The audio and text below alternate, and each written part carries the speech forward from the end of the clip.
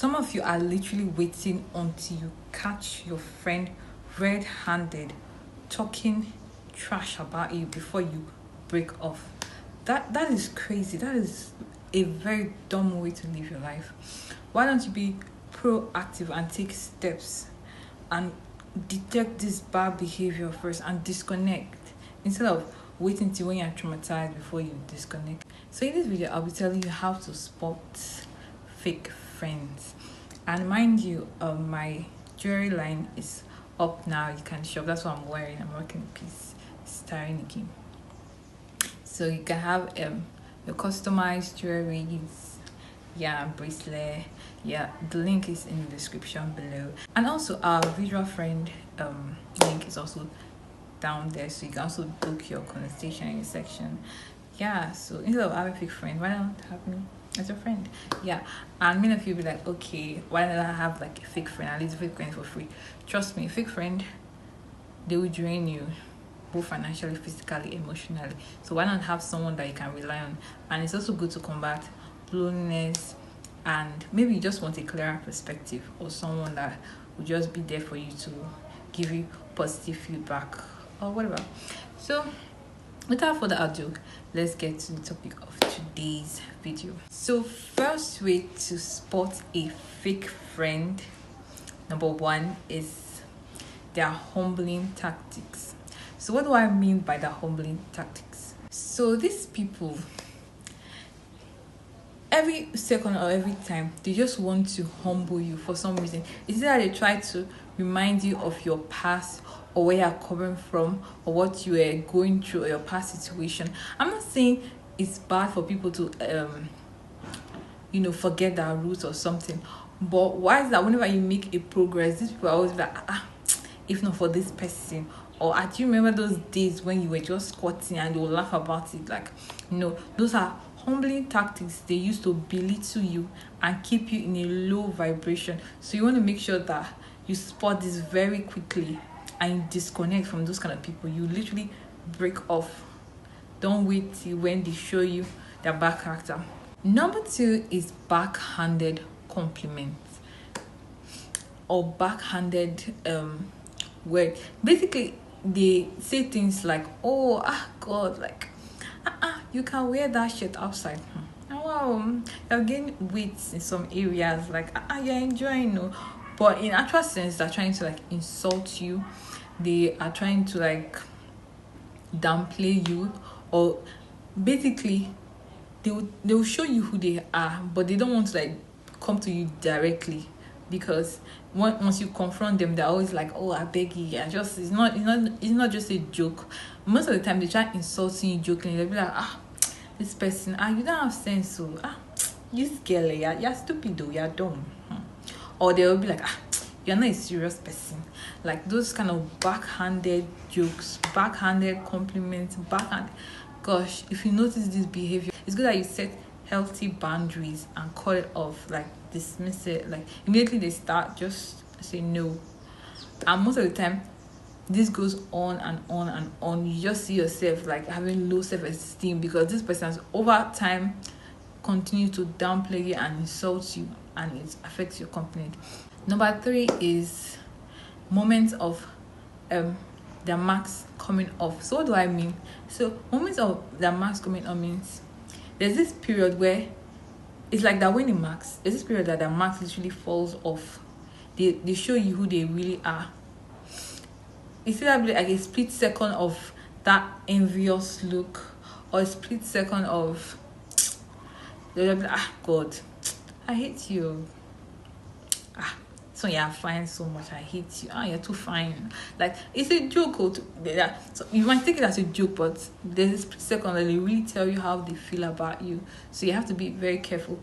Or a split second of them just, maybe there's an opportunity, they will just grab it and take it. They won't even like consider you. So bring me back to a story about a friend.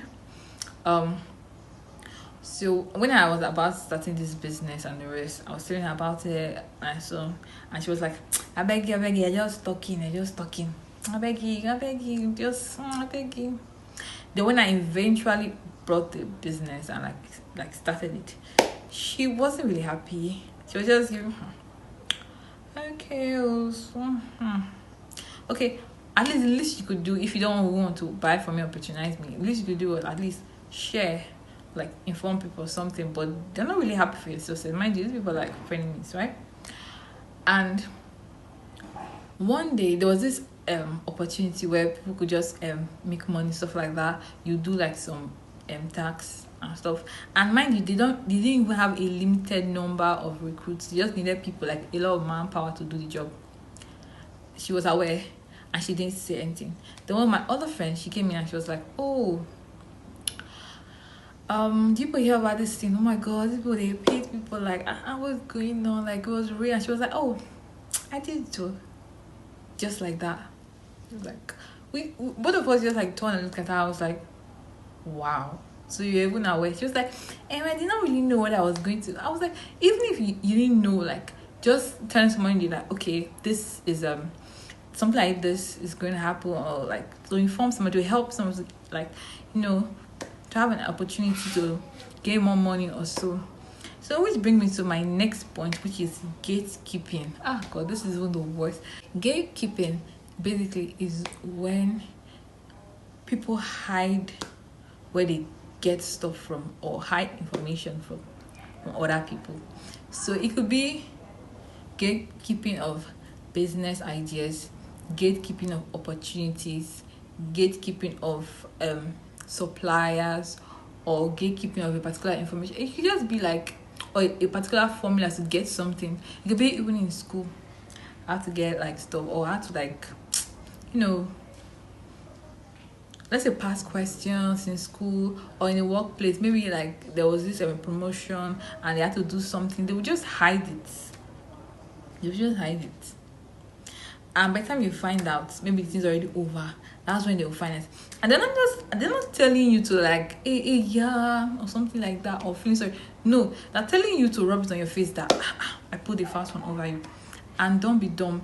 Always like notice it, spot it when people do stuff like that. Especially when it's not something that is like a competitive something that is, if I get involved in this thing, it will not diminish your own like ability to also get involved in this thing. You understand what I'm trying to say, right?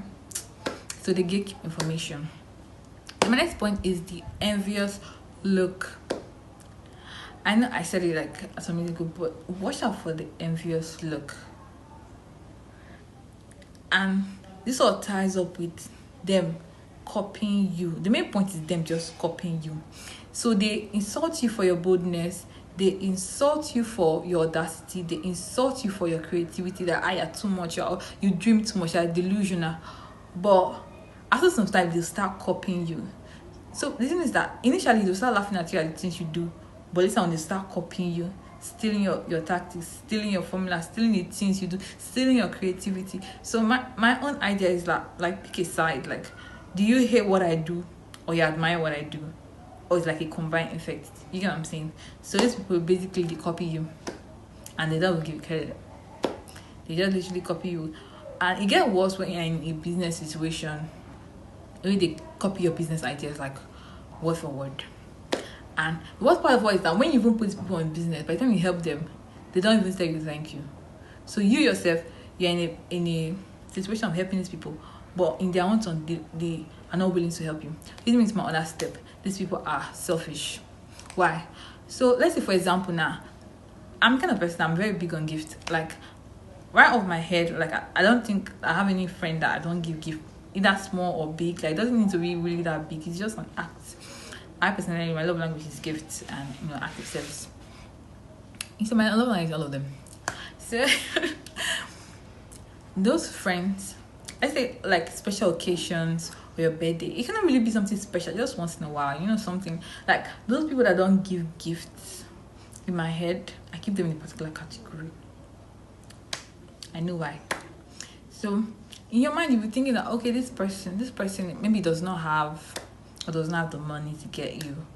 But trust me, at one point, because their marks will always fall off, at one point they'll just slip up and be like, God, I had this business, somebody sent me, oh God, they paid me something. It will just slip up. And before they realize themselves, your brain is just going like, oh, so you had the resources to help. You had the resources at least to buy something, a jewelry, like buy jewelry for your friend. So they had like the resources, but they don't give gifts. But funny enough, these are the people that whenever they come around to your place, they want to pick something. Like I had someone that came to my place and literally took my perfume and my power bank and just laughed about I was like, oh my god, I love your perfume, I love your power bank. You have two, and took it. And I remember, like I said, oh, no problem, like, maybe I'll get for you something. I'm finding the person took it. Like, but this kind of person, like, you don't see that 5 naira, you don't see that 1 kobo, you don't see that $1. They're always selfish. This kind of stingy mentality. That is crazy. Even if you're not like a frenemy, you sure that kind of behavior is not a characteristic of a friend. You're not supposed to be in a friend situation. You're supposed to be on your own. Just be isolated. If you know you don't want to share, just be on your own. Yeah, friendship is someone like a give and take, make sacrifice. But what kind of people that are always like take?